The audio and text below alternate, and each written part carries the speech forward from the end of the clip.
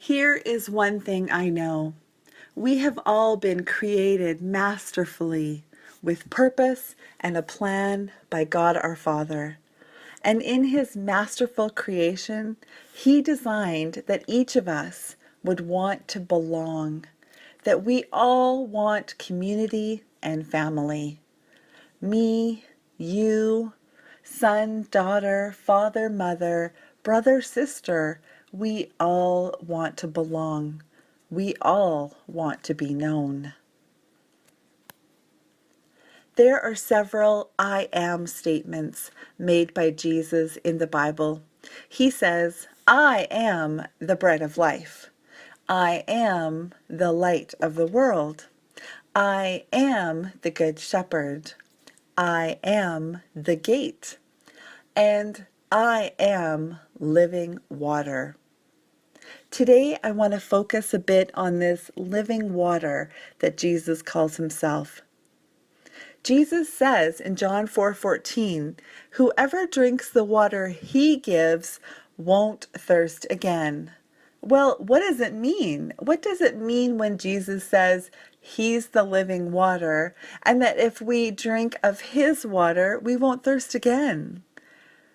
Let's unpack this a little bit. First, let me share a story of someone who wanted to belong and all he needed was that living water. Our story can be found in Matthew chapter 8, verses 1. When Jesus came down from the mountainside, large crowds followed him. A man with leprosy came and knelt before him and said, Lord, if you are willing, you can make me clean. Jesus reached out his hand and touched the man. I am willing, he said. Be clean. Immediately he was cleansed of his leprosy. Then Jesus said to him, see that you don't tell anyone, but go, show yourself to the priest, and offer the gift Moses commanded as a testimony to them.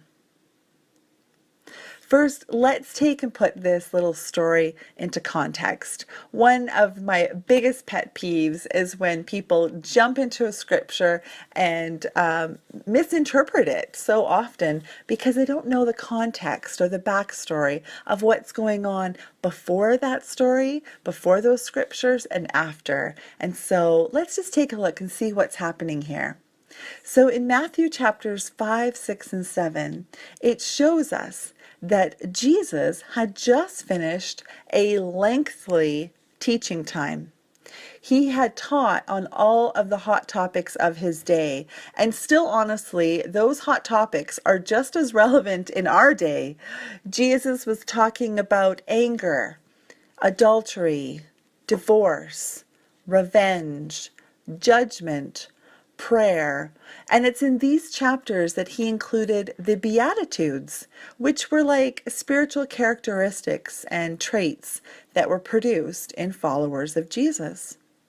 And he says in Matthew 5:17 that he came not to abolish the law of Moses and the writings of the prophets, he came to fulfill them.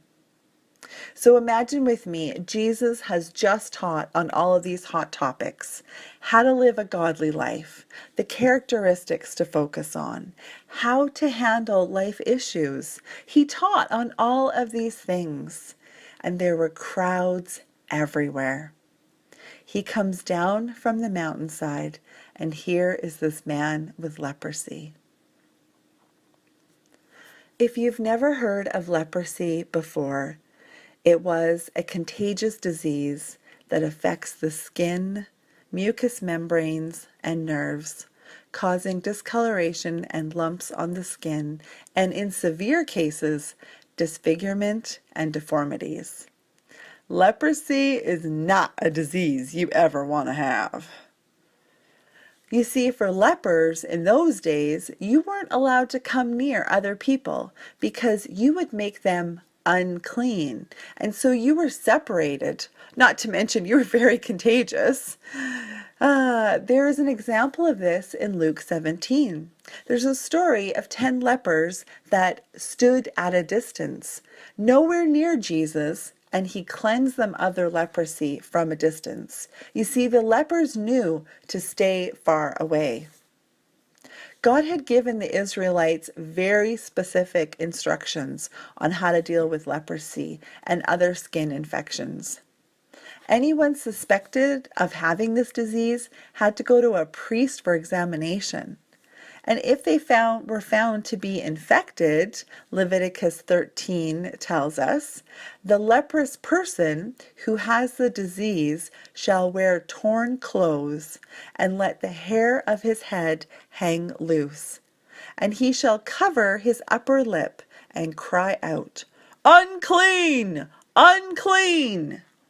He shall remain unclean as long as he has the disease. He is unclean. He shall live alone. His dwelling shall be outside the camp. The leper then was considered utterly unclean, physically and spiritually. They could be re-examined by the priest every 7 days to see if the leprosy had been healed, and then they could be deemed clean and welcomed back into the camp and community after they had partaken in the purification ritual. Those with leprosy were so despised and loathed that they were not allowed to live in any community with their own people or their own family. Among the 61 defilements of ancient Jewish laws, leprosy was second only to a dead body in seriousness. A leper wasn't allowed to come within 6 feet of any other human, including their own family. The disease was considered so revolting that the leper wasn't permitted to come within 150 feet of anyone when the wind was blowing. So lepers lived in a community with other lepers until they either got better, which was rare, or they died. This was the only way the people knew to contain the spread of the contagious forms of leprosy.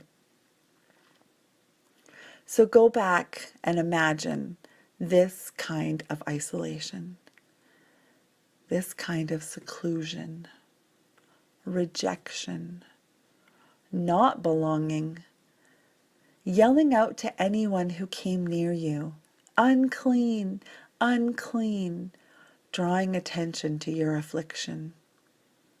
Yet the leper came right before Jesus' feet, worshipped him, and asked to be cleansed.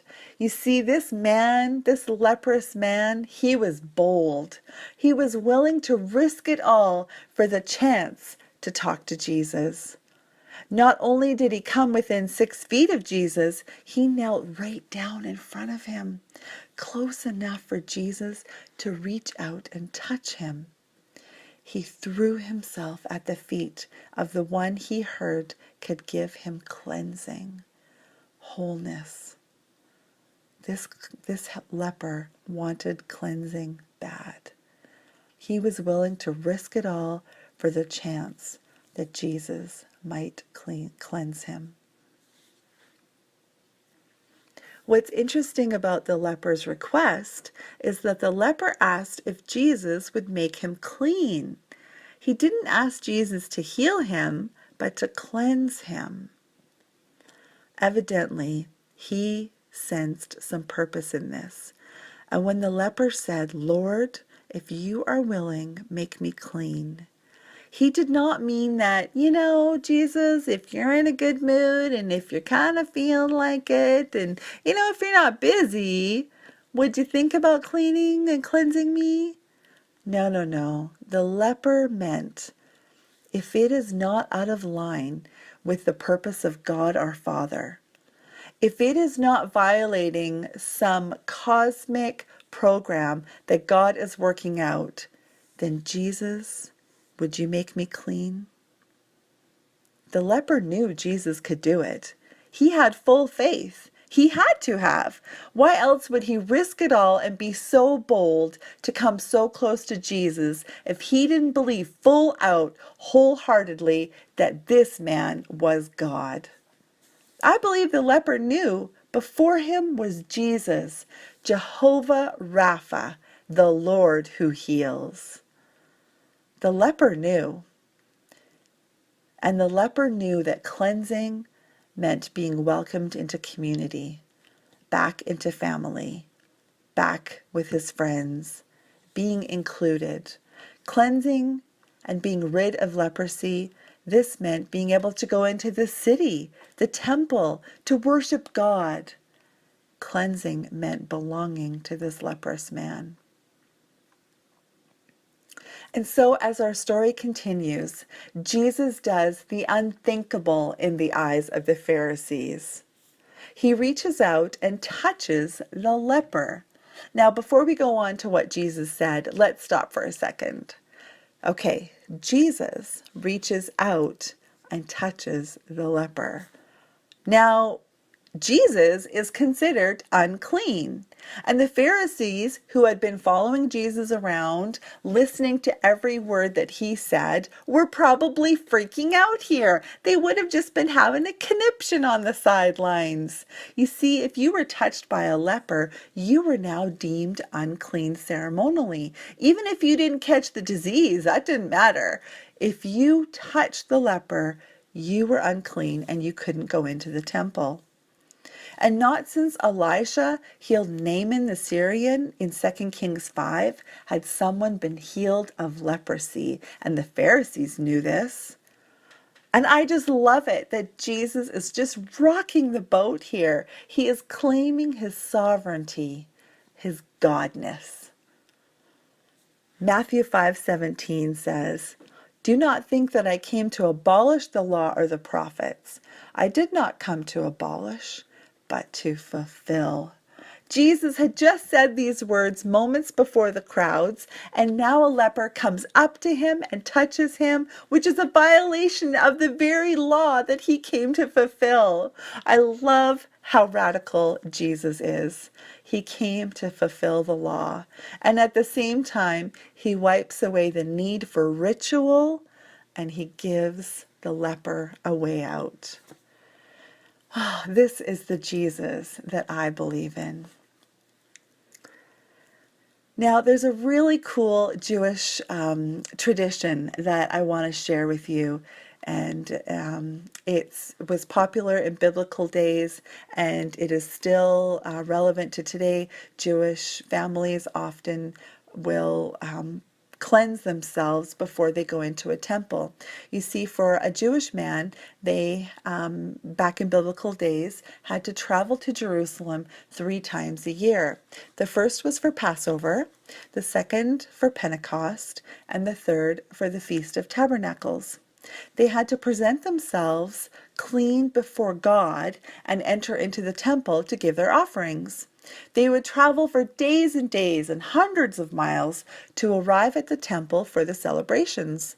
And sometimes there would be 20 or 50 or 100 men that would travel together, and they would arrive at the mikveh or mikvah, whichever you want to call it, tomato, doesn't really matter, the mikveh, and they would wait in line at the mikveh so that they could immerse themselves with water and be ceremoniously clean to now enter the temple. If you're wondering, the mikveh looked like a rock pool or kind of like a hot tub shape that was dug right into the ground, and it was used. It was made out of rocks, and it was often covered naturally because they like to actually carve it right into the side of a rock wall so that there was a bit of a roof that would protect it from leaves and junk kind of coming in.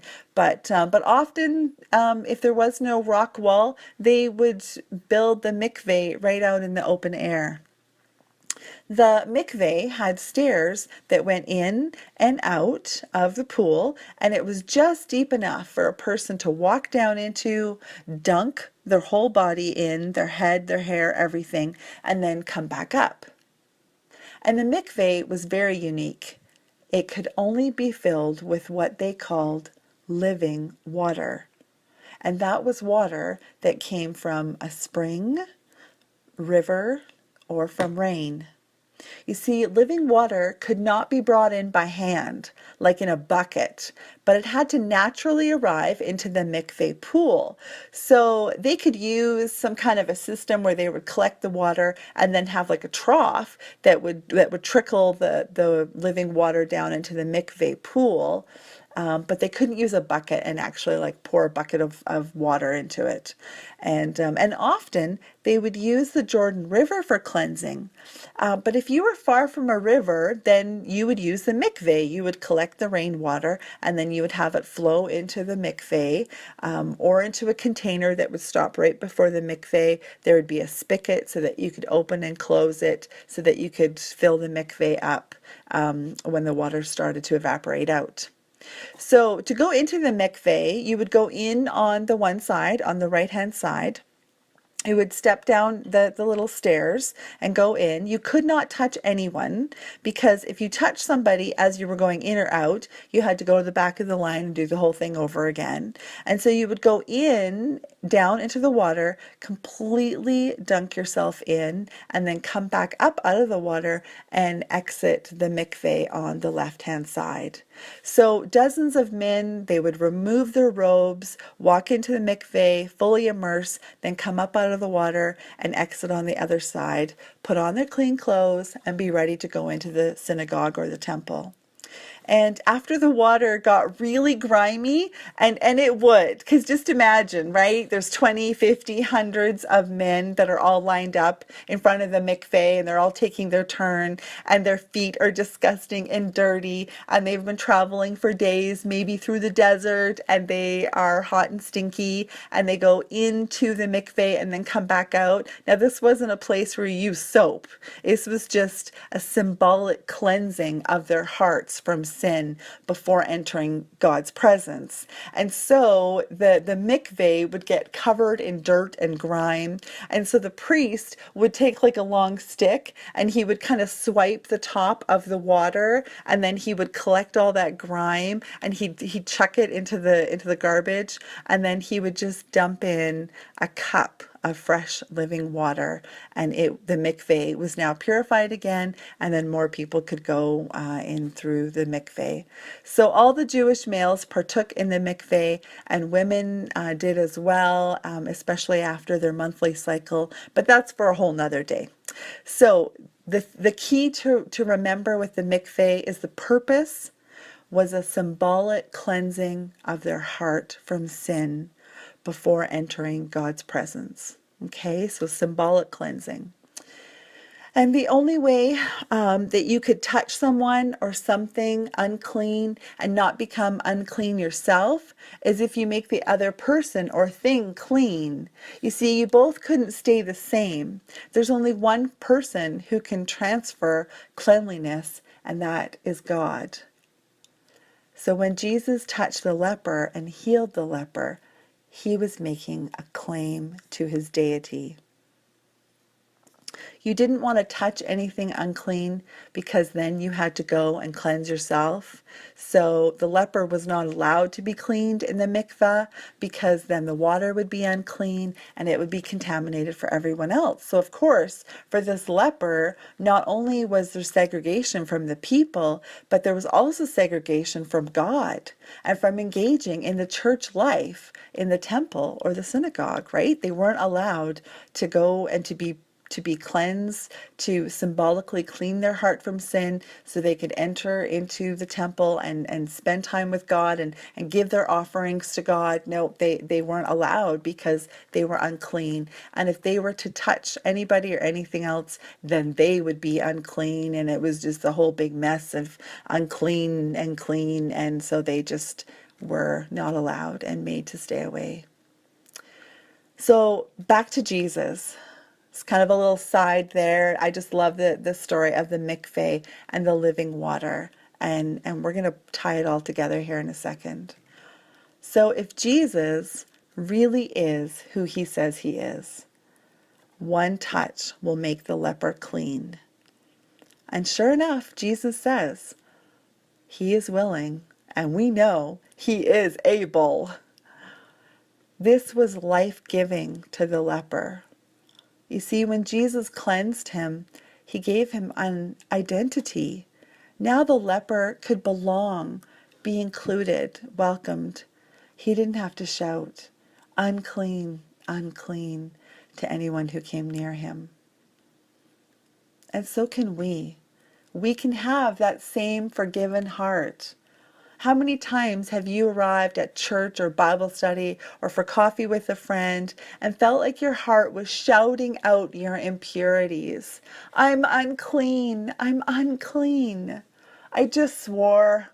I just thought of something so sinful. I was just rude. I just cut somebody off driving over here. Sin, sin, sin. And in that one act of Jesus cleansing the leper, of Jesus being the living water, he wiped away the need for the mikveh. No longer do we need to submerge ourselves in a pool of water to symbolically say that we're washing away our sin. No longer do we need to partake in the mikveh. We just need to embrace the living water because Jesus says, I am the living water. Jesus is the one who cleanses us. Jesus is the one who makes us clean. And we as well as the leper, we need to follow his example. We need to throw ourselves at Jesus' feet, at the feet of our Savior, and ask him to make us clean. He is willing and he is able. And Jesus, he is clean enough for all of us. There is no limit. Every single one of us can throw ourselves at the feet of our Redeemer, and he will give us cleansing. He will forgive.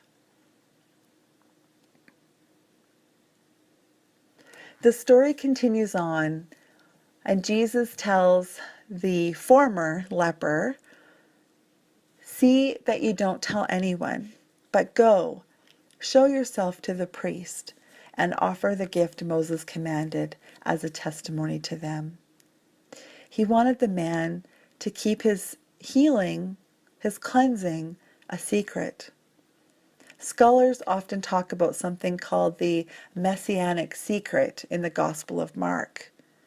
The liberal German scholars say that Jesus didn't want people he healed to tell others that he was the Messiah because he knew he wasn't really the Messiah. And that's just ludicrous.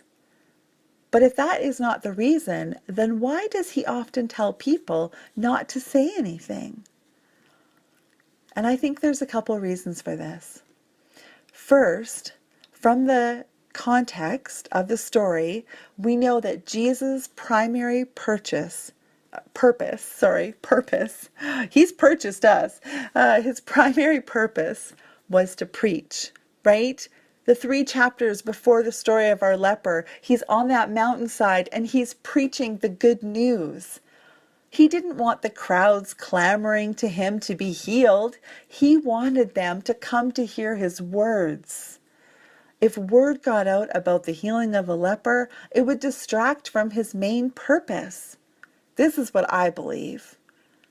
I think that the overflow of Jesus being fully God is healing, but his purpose was to bring good news to all the people.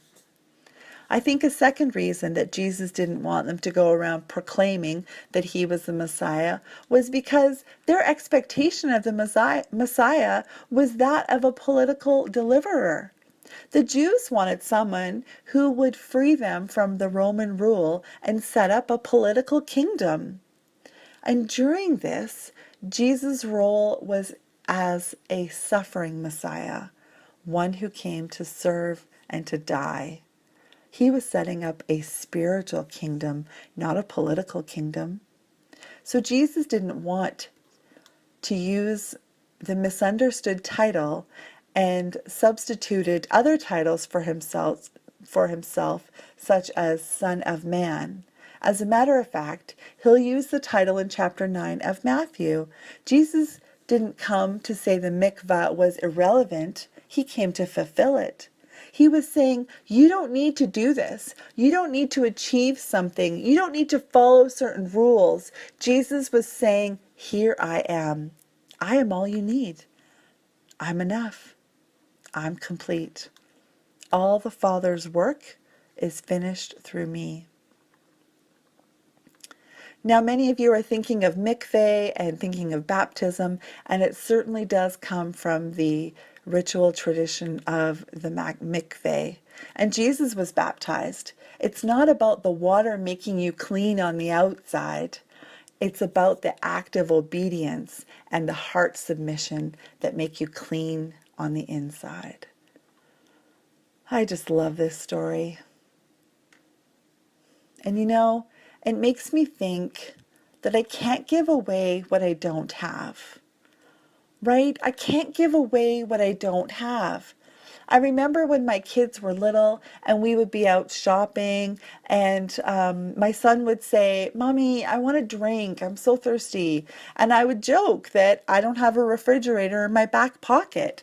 I didn't have drinks or snacks. And that was the day, of course, that I was unprepared and didn't have anything to offer. I couldn't give them what I didn't have. And I don't know about you, but one of my greatest fears is that my kids will grow up and walk away from God, that they will think that either me or God are like the leper and they never want to touch us again. And I think as a parent, I think about this a lot. Am I doing enough? Am I teaching them about God? Do they know their Bible? Am I too preachy? Am I modeling after Christ in my home? And most importantly, do my children have an active, passionate relationship with Christ? Do they posture themselves before God and let Him lead? Do they know how to do that? Will they know how to do that when I'm not here? You see, I can't give away what I don't have. And if I believe in Jesus, then out of my heart will flow rivers of living water, says John 7:38. Out of my heart will flow living water, Jesus Christ, because Jesus says, I am the living water. If I don't have a passionate relationship with Christ, I can't pass that on to my kids. I can't be contagious for my neighbors. If it doesn't flow from me, it isn't going to flow onto them. And so I do my best in my imperfect human mistake-making way to try to pass on faith, grace, mercy, and love, the love of my Jesus, to my kids. I don't want my well to be dry. I don't want to be empty.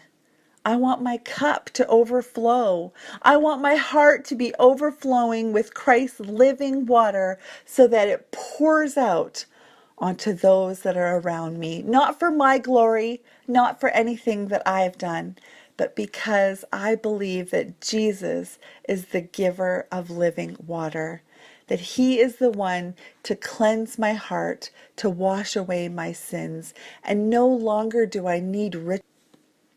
It comes because I am willing to surrender 100% to my Jesus and ask Him to cleanse me, to pour His water, His living water on my sin, to wash it away and to fill me up so that I can love better, so that I can forgive better, so that I can parent out of His grace and His love, not my own, because mine is limited. But His love is abounding, unlimited, lavished, and forgiving. And when I have that kind of love, I have something to give. I have Jesus, my living water. He is my mikveh. No longer is there a need for ritual. I have the one who fulfills the laws and traditions by being fully God and fully man. Jesus is my mikveh. He is my living water, and I hope that He is yours too. May the Lord bless you and keep you. In his name, amen.